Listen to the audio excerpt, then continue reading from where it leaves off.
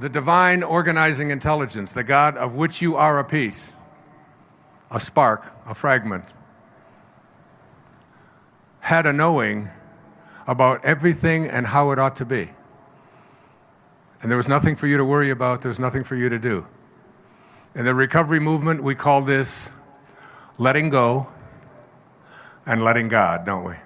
Letting go and letting God. We come in, we're born into this world, and we take on something called ambition.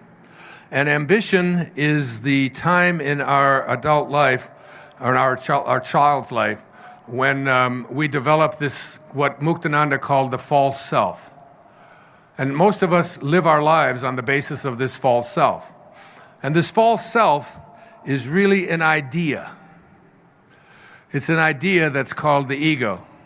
You can't find it because it's virtually the cause of all of our problems. I mean, I have a quote at the chapter on ambition. From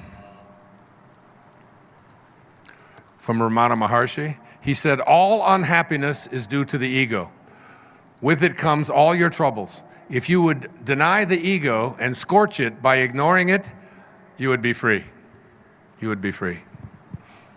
And that freedom from the ego is something that I have worked on in my life, to a point now where all I see anymore, especially after studying the works that I've been reading from here tonight, about knowing what it means to be an initiate and live from that higher self, that what I see in everyone that I encounter now is the unfolding of God.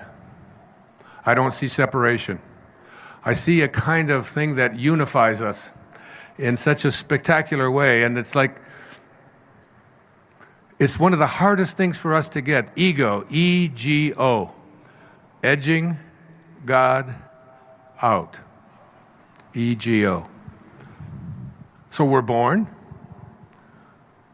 God, the Tao, divine mind, soul, spirit, whatever you call it. You can be an atheist and you still know that there is some kind of an invisible intelligence that allows things to be. It's as hard for me to contemplate a watch without a watchmaker as it is to contemplate a universe without a creator, for me. I just can't imagine a simple little thing like a watch existing without a watchmaker.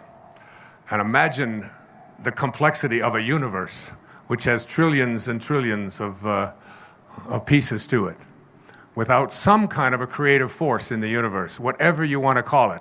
The opening line of the Tao Te Ching says, the Tao that can be named is not the Tao. So the first thing you do when you put your name on something, you've lost it. When you're speaking from the higher self, the place that moves from ordinary up to here, because you've got the thing and you've got the name for it. Two separate things. But we're talking about oneness, and we've reduced it to two-ness. It's like taking the concept of zero and trying to divide it and tell you what half of zero looks like. It's not possible. Zero doesn't allow for division, does it? Nor does God, or soul, or spirit, or higher consciousness. It doesn't allow for it.